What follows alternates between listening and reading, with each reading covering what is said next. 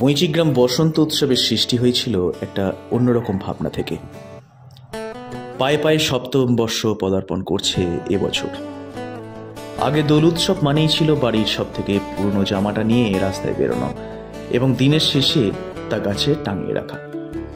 কিন্তু কবিগুরু রবীন্দ্রনাথের শান্তিনিকেতনে বসন্ত উৎসব ছিল এক অন্য রকম আঙ্গিকে, যেখানে নতুন শাড়ি পরে মেয়েরা আর ছেলেরা পাঞ্জাবি পরে আবির খেলার মধ্য দিয়ে বসন্তকে স্বাগত জানাতো।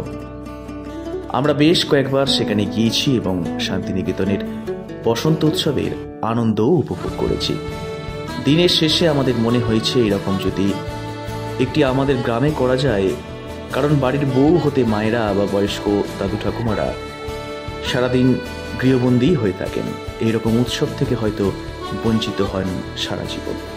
কেউ হয়তো উৎসুক হয়ে শান্তিনিকেতনে গেছেন, কিন্তু বেশিরভাগ মানুষই এই শান্তিনিকেতনের আনন্দ উপভোগ থেকে বঞ্চিত থেকে গেছেন, কারণ বয়সের ভার হোক কিংবা অর্থাভাব কিংবা বাড়ির লোকেদের নিয়ে যাওয়ার ইচ্ছা অন্তরায় থেকে গেছে এই উৎসবের।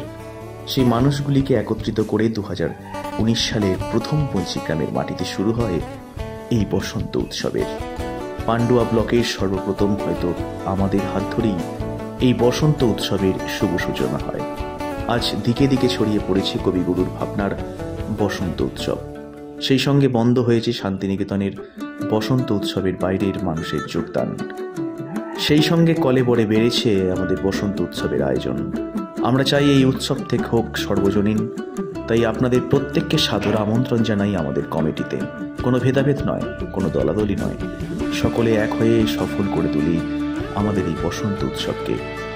আসুন, আপনারও ভালো লাগবে।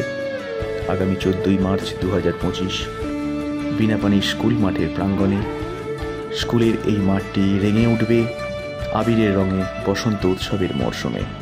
কবিগুরুর সুরে সুর মিলিয়ে আমাদের সকলের কণ্ঠে একটাই কথা, বসন্ত এসে গেছে।